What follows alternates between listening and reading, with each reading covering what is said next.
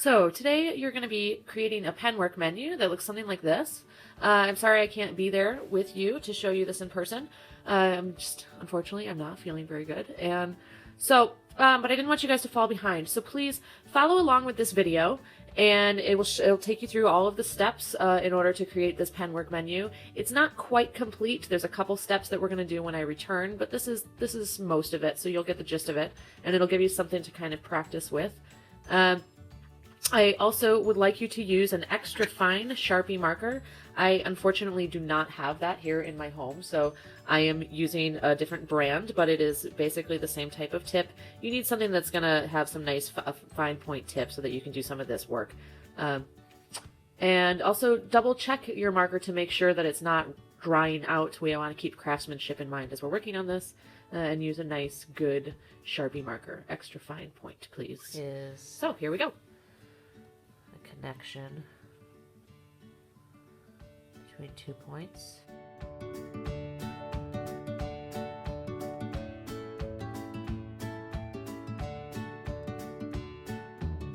Line can be, a lot of different things. We talked about this when we were using our pencil as well.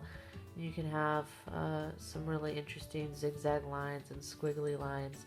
So why don't you go ahead and make 2 points on your paper. And just go ahead and take your line for a walk, and make it interesting.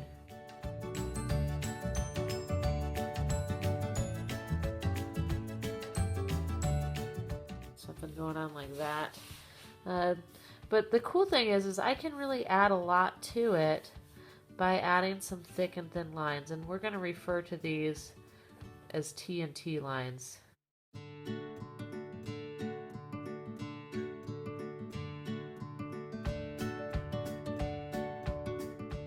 If you really put the time into making some lines areas thicker, you can really add a lot of dimension to the line and make it much more. So my line definitely looks much more interesting now that I've added some thick areas to it, and I want you guys to do the same. And then why don't you go ahead and take some time, just like we did with the pencil menu, and make some more interesting lines. Make some lines that are going to be nice and thick and maybe get skinnier.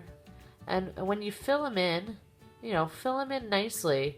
Craftsmanship is very important for this. Always paying attention to that.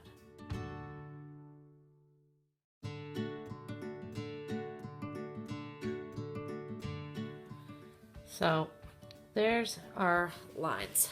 Beautiful. Moving on, I want to now talk about value.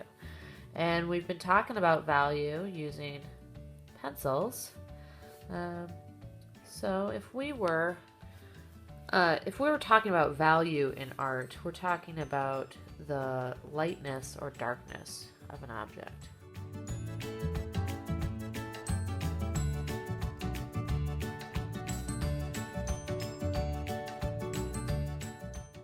So it's a little different with a pen because we don't have the ability to press harder or lighter.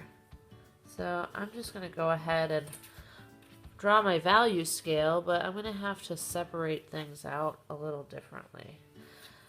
And I'll go ahead and do 5 sections here.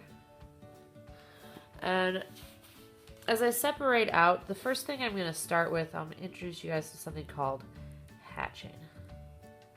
And hatching is basically when you draw straight lines, and depending on how much you separate those lines, you get different values. So this could be a light value, and then if I go ahead and start doing those maybe a little bit closer together, I get a slightly darker value. Show my separation here. And then even closer together,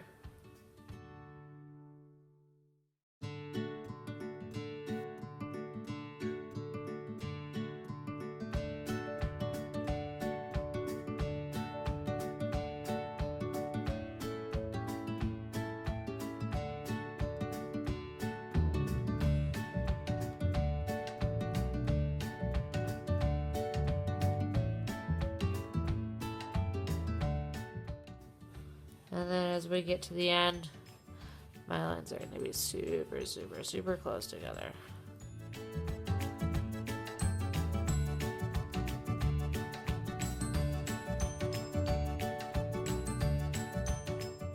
So hopefully you can see the value change here from one end to the other.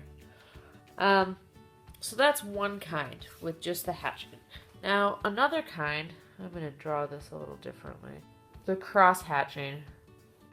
And we'll do 4 values of the cross hatching. So cross hatching starts out the same way, essentially, with just the lines going up and down.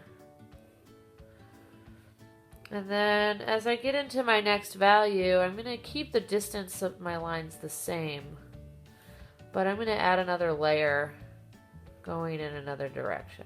And then I can do the same here, direction number 2, and then direction number 3, direction number 4.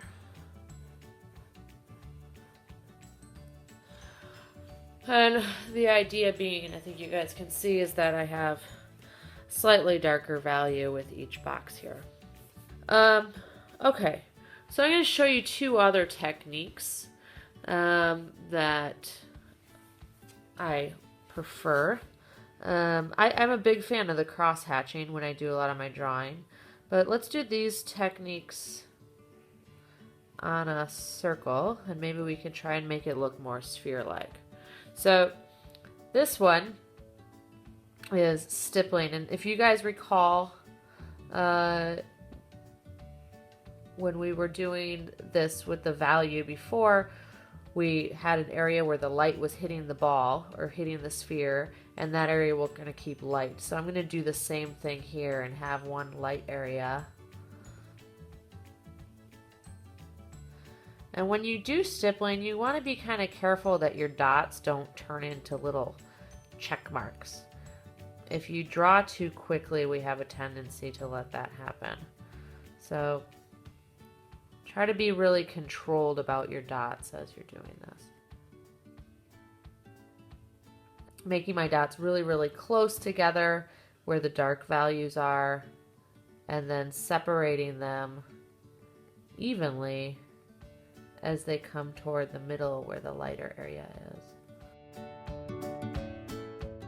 I'm also, when I do this, if you have any lines, you kind of want to try and hide your lines. So I have this sort of outline on my circle, and I'm trying to hide that by stippling a lot kind of closer to that, and then fading the stipple out by spreading the dots out a little bit more. So there's one, that's okay. And then I want you to do another one where it's maybe a little bit more extreme. So take your time with it. Make my little area again.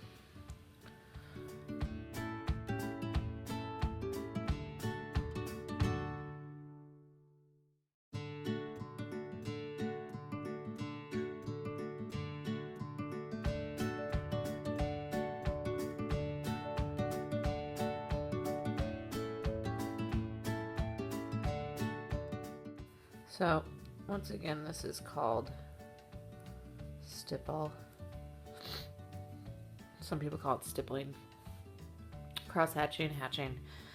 And then the last one that I'm going to do here for you is scribble, which is another one of my more favorite techniques. You can make these little scribble balls, but again, you can really make the scribbles really, really dark in one area, and then kind of just let them become more separated as they get to your light areas.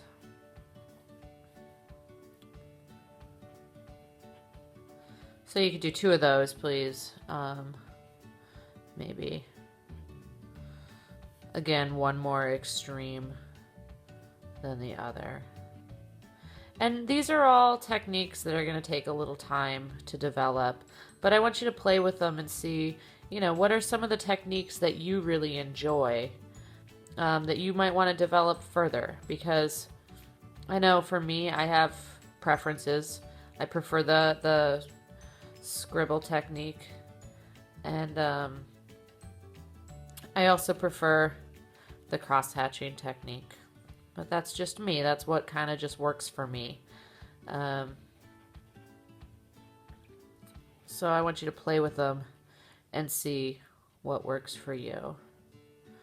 Now, there is a little bit more that I would like to do on this, but I would like to do that with you when I am present. And unfortunately, I'm not feeling very well, and I have to be honest, as a result, this is not my best pen work menu. I'm a little shaky right now. But please, try and make it look nice. And feel free to practice some of these techniques a little bit more in your sketchbook.